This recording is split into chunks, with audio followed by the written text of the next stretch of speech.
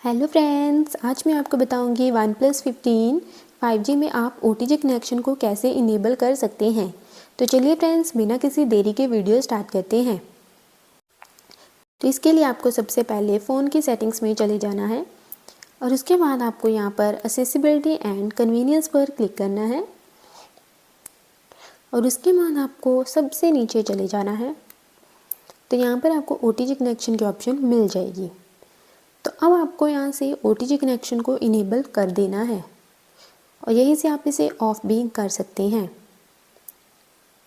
Enable करने के बाद आपको एक बात का ध्यान रखना है कि यहाँ पर लिखा होता है automatically turns of if not use for 10 minutes.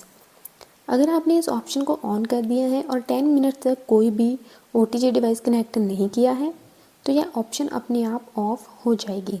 तो आपको इसे फिर से ऑन करने की ज़रूरत पड़ेगी, तो आपको इस बात का ध्यान रखना होगा। Bye bye friends.